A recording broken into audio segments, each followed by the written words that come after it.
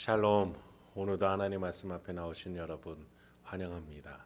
우리 이렇게 기도하겠습니다. 하나님, 오늘도 우리에게 귀한 하나님의 말씀을 주시니 감사합니다. 이 말씀을 들을 때에 우리의 심령이 깨달을 수 있게 하여 주시고 소망을 얻게 하여 주시고 용기와 지혜를 가질 수 있게 하여 주시옵소서.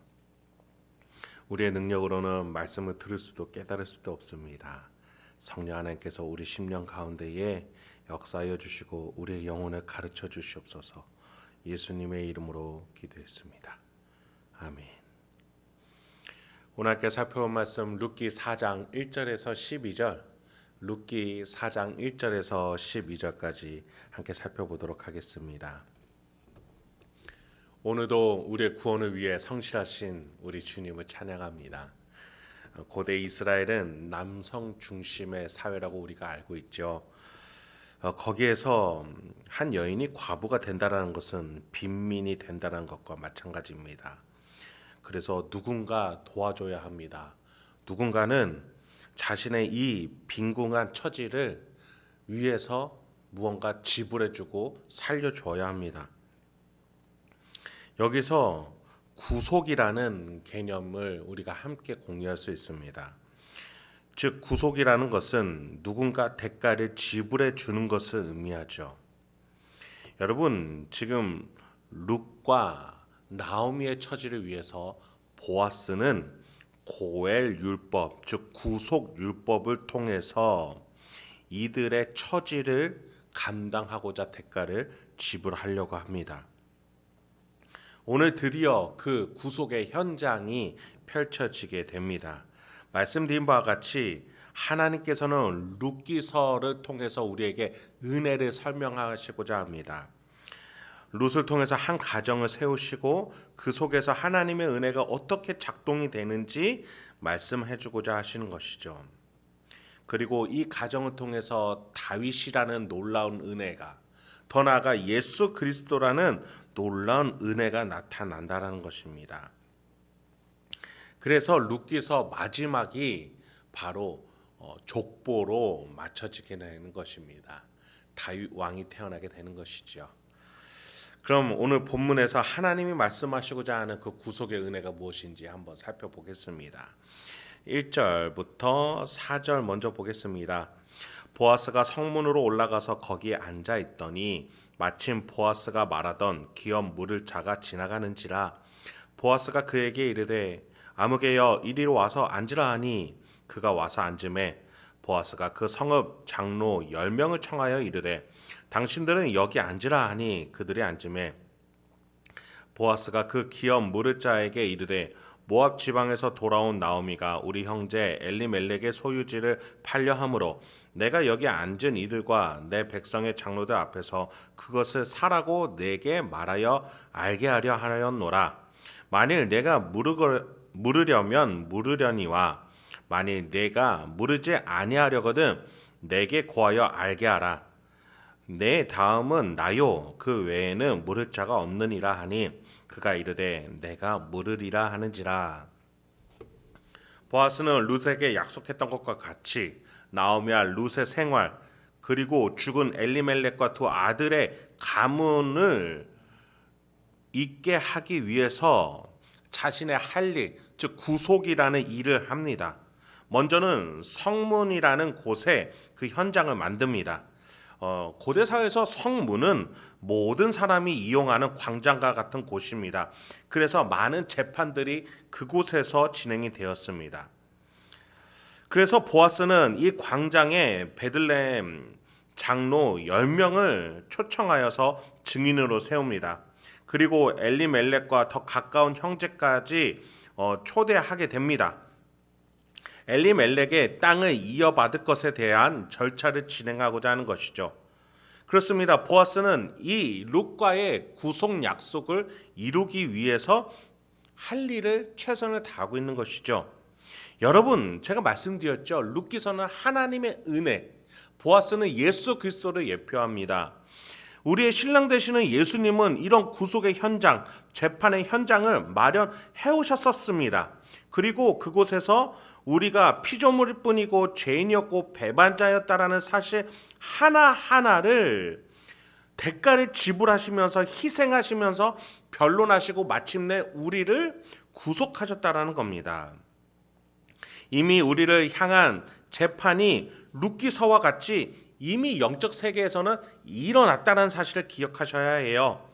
우리는 그 현장에서 구속이 되었습니다. 예수의 그 구속으로 우리가 보호받게 된 것입니다. 그래서 우리의 마지막 날이 되면 우리가 하나님 아버지이자 또 재판장 하나님 앞에서 우리의 입장과 위치가 변한 것을 확인받게 되는 것입니다. 예수 그리스도는 그 현장을 영적 세계에서 이미 끝낸 것이지요. 그래서 우리는 이방인 룻과 같은 처지가 아니라 보아스의 아내이자 당당한 유대 민족이고 거기에서 자손을 낳고 기업을 이을 자로서 선 것처럼 우리도 천국에서 아무 상관없는 이가 아니고 이방인이 아니고 하나님의 자녀요 예수의 형제가 되고 다스린 자로 위치가 변할 것이라는 겁니다. 왜요? 구속의 현장은 이미 끝났기 때문입니다. 여러분, 그래서 구원은 우리가 지금 만들어 가려고 하면 안 됩니다. 이미 끝난 사건입니다. 그런데 왜 우리가 이것을 멋대로 만들려고 합니까? 예수를 믿지 않기 때문이에요. 교회를 다녀도 신앙생활을 열심히 해도 예수를 똑바로 믿지 않으니까 내가 나의 구원을 만들어내려고 합니다. 여러분, 구속의 현장은 이미 끝났다라는 사실 기억하시기 바랍니다. 다시 룻기서로 돌아옵니다. 여러분, 그런데 본문 속에서 보면 4절 말미에 그가 이르되 내가 물으리라. 여기서 내가는 보아스를 말하는 게 아닙니다. 죽은 엘리멜렉과 더 가까운 형제를 말합니다. 그 사람이 대를 잇겠다라고 말하는 겁니다. 우리의 생각과 또 예상과 조금 엇나가는 것 같습니다. 보아스는 그래서 자신이 1차 책임자가 아니었다는 사실을 이미 룻에게 말했었던 겁니다. 아니나 다를까 그 형제가 엘리멜렉의 땅을 이어받겠다라고 말한 것이지요. 그래서 보아스는 그 땅을 이어받을 것과 함께 수반되는 조건들도 같이 설명을 해줍니다. 5절부터 8절입니다. 보아스가 이르되 네가 나오미의 손에서 그 밭을 사는 날에 곧 죽은 자의 아내 모압 여인 룻에게서 사서 그 죽은 자의 기업을 그의 이름으로 세워야 할지니라 하니 그 기업 물을 자가 이르되 나는 내 기업에 손해가 있을까 하여 나를 위하여 물으지 못하노니 내가 물을 것을 네가 물으라 나는 물으지 못하겠노라 하는지라. 옛적 이스라엘 중에는 모든 것을 물으거나 교환하는 일을 확정하기 위하여 사람이 그의 신을 벗어 그의 이수에게 주더니 이것이 이스라엘 중에 증명하는 전례가 된지라. 이에 그 기업 물을 자가 보아스에게 이르되 네가 너를 위하여 사라 하고 그의 신을 벗는지라. 보아스는 대를 잇고자 할 때 염두에 될 것에 대해서 첫 번째 나오미의 손에서 그 밭을 사야 할 것을 말합니다. 금전적인 책임이 있을 것을 말하죠. 이것은 당연한 겁니다. 그런데 문제는 두 번째입니다. 엘리멜렉의 가정 이방 출신 며느리를 맞이하여 나오미와 룻이 살아갈 수 있게 해야 할 것을 언급한 것이죠. 즉 룻을 통해서 낳은 아들이 그 땅을 상속받게 될 것이지 너가 갖게 되는 게 아니다라고 말해주고 있는 것입니다. 그렇습니다. 고의 율법을 지키게 되면 돈을 주고 형제의 가문을 세워주기 위해서 헌신을 해야 되는 겁니다. 이 사람은 첫 번째만 알았던 것이죠. 땅만 이어받을 것을 알았던 것이죠. 그러니까 이러한 판단을 했다가 보아스가 룻이라는 사람을 통해 자손을 이어갈 수 있는 여지가 남아있음을 말하니 이 사람은 금세 그 책임을 자신을 이어가지 않겠다라고 말하는 겁니다. 이에 신을 벗어서 권한을 포기하겠다며 보아스에게 신을 벗어서 주는 겁니다. 여러분 그렇습니다. 지금 보아스는 이 모든 금전적, 사회적, 정서적 책임을 다 감당하고자 룻을 받아들이는 겁니다. 일반적인 사람의 생각에서는 이어받지 않는 게 이 사람의 생각이 오히려 현실적으로는 당연한 판단일 것입니다. 그럼에도 불구하고 보아스는 그 10년 가운데에 하나님의 말씀을 지키고자 또 룻을 바라보며 그 마음에서 솟아나는 그 하나님의 사랑으로 그녀와 나오미와 엘리멜렉의 가정을 품어내고자 했던 것이죠. 여러분, 그렇습니다. 구속이란 것은요, 대가를 지불하는 거예요. 예수 그리스도는 우리를 구속하시기 위해서 대가 지불을 하셨습니다. 여러분, 예수님이 우리를 모른 척 하시는 것이 우리 생각에는 마땅합니다. 한 신이 피조물을 위해서 자신의 권한과 명예를 버리고 피조물이 된다라는 것, 그리고 다시 신으로 돌아갈 수 없다라는 것, 그것은 우리 생각으로는 결코 감당이 안 되는 이해입니다. 그렇습니다. 예수 그리스도께서는 신의 명예, 하나님과의 동급을 버리시고 인간으로 이 땅에 오셨고 여기에서 인간의 죄를 위해서 희생하시면서 대가를 지불하셨어요. 육체적, 정신적, 정서적 아픔뿐만 아니라 신이라는 권위, 명예, 영원을 우리 위해서 포기하셨습니다. 그것이 우리가 믿는 신이 한 일입니다. 구속의 사랑이에요. 죄가 생겼을 때에 여러분 영적 원리가 있었습니다. 죄의 값을 갚아야 된다라는 거예요. 여러분, 그러면 죄 이전의 영적 원리는 무엇일까요? 사랑이었습니다. 성삼위일체 하나님이 사랑으로 세 분이 함께 계셨고 그 사랑으로 천지를 창조하셔서 함께 거하고자 하셨고 그 중에 사랑으로 인간을 만드셔서 하나님의 형상으로 지어 또 함께하고자 하셨습니다. 여러분, 죄 이전에 사랑의 원리가 있었어요. 죄가 생기니 그 다음에 죄의 값을 갚아야 된다라는 원리가 생겨난 것입니다. 그런데 사탄은 사랑의 원리는 모르고 죄의 값을 갚아야 된다는 원리만 알았어요. 그러니 인간이 배반을 하니 이 인간이 죄를 갚아야 된다라고 주장만 하는 것이죠. 이에 예수 그리스도도 이것을 갚기 위해 인간의 몸을 입고 죄를 감당해 내셨습니다. 그렇습니다. 죄의 값은 치러야 됩니다. 그게 하나님의 공의에 맞기 때문이에요. 그런데 사탄은 하나님의 공의는 알았지 하나님의 사랑은 몰랐어요. 그러니 하나님을 배반해서 사탄이 되어버리고 말았겠죠. 하나님은 용서하시고 함께하시고 사랑하고자 하는 하나님이셨습니다. 예수는 공의의 하나님을 믿으면서 사랑의 하나님도 믿었던 겁니다. 그래서 이 땅에 성부 하나님을 믿기 때문에 희생하러 오셨어요. 어떻게든 예수 그리스도를 책임지실 성부 하나님을 믿으며 죽기까지 복종하셨던 것이죠. 인간의 이해로는 남들은 다 피해본다고 포기하는 사랑하는 일을 예수는 감당하셨고 보아스도 감당했던 겁니다. 여러분, 우리가 예수를 믿는 자라면, 우리가 사랑의 원리를 믿는 자라면 계산적인 원리가 아니라 사랑의 원리로 가야 하겠습니다.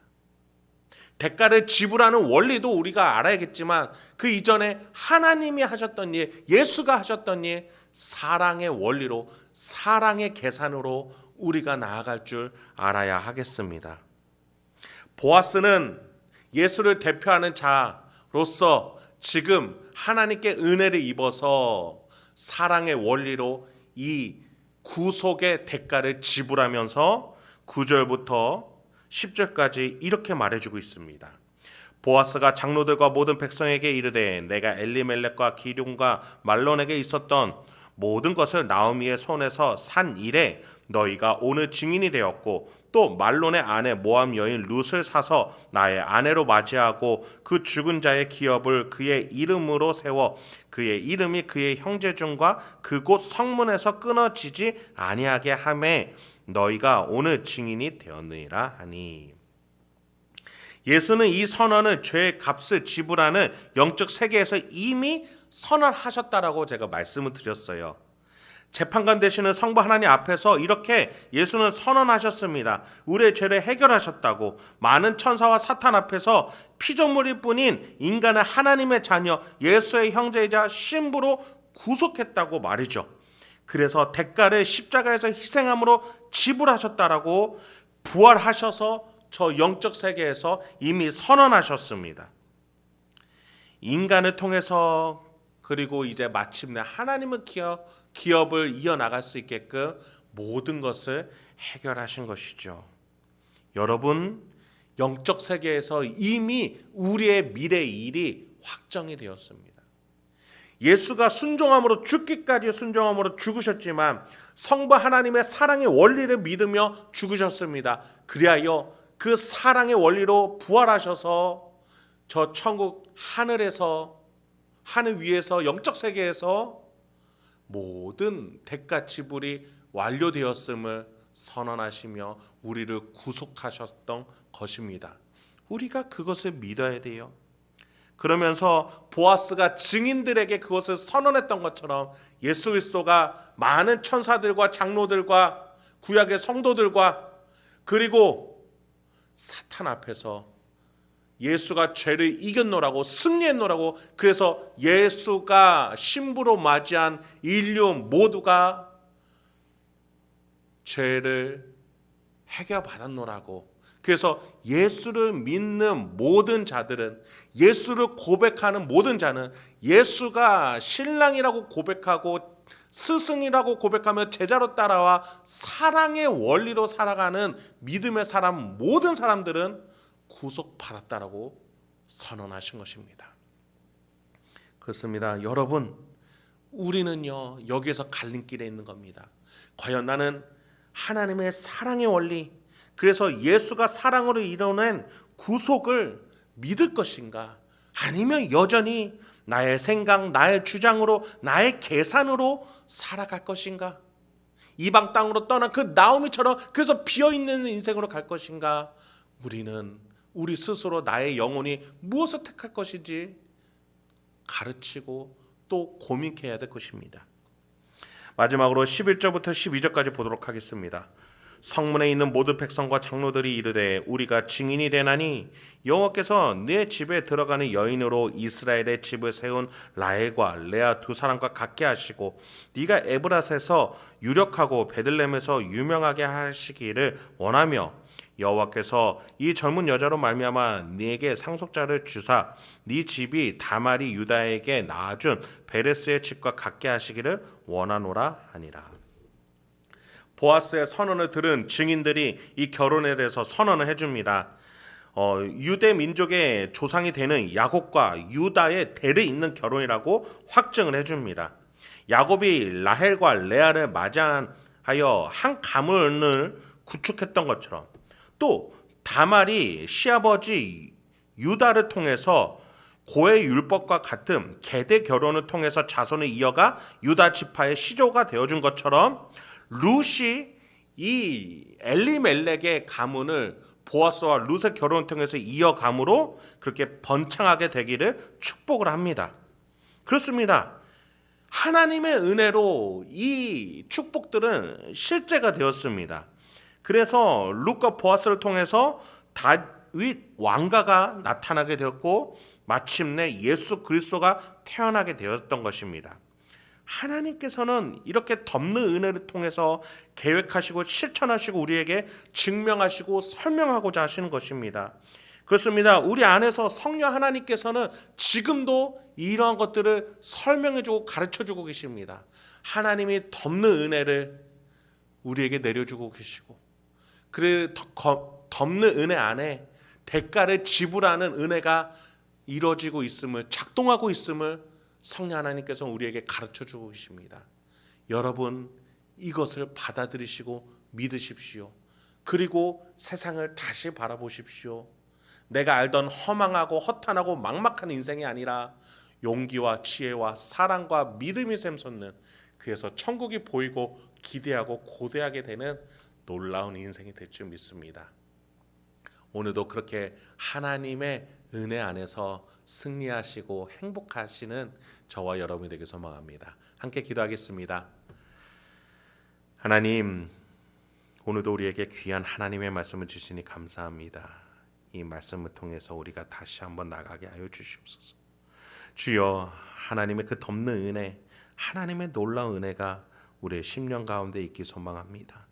주여, 우리의 마음 가운데 주님께서 역사하여 주셔서 내가 세상을 바라보는 시야가 아니라 하나님의 은혜를 바라볼 줄 아는 영적인 시야가 뜰 수 있도록 주여 인도하여 주시옵소서. 이 모든 말씀 예수님의 이름으로 기도했습니다.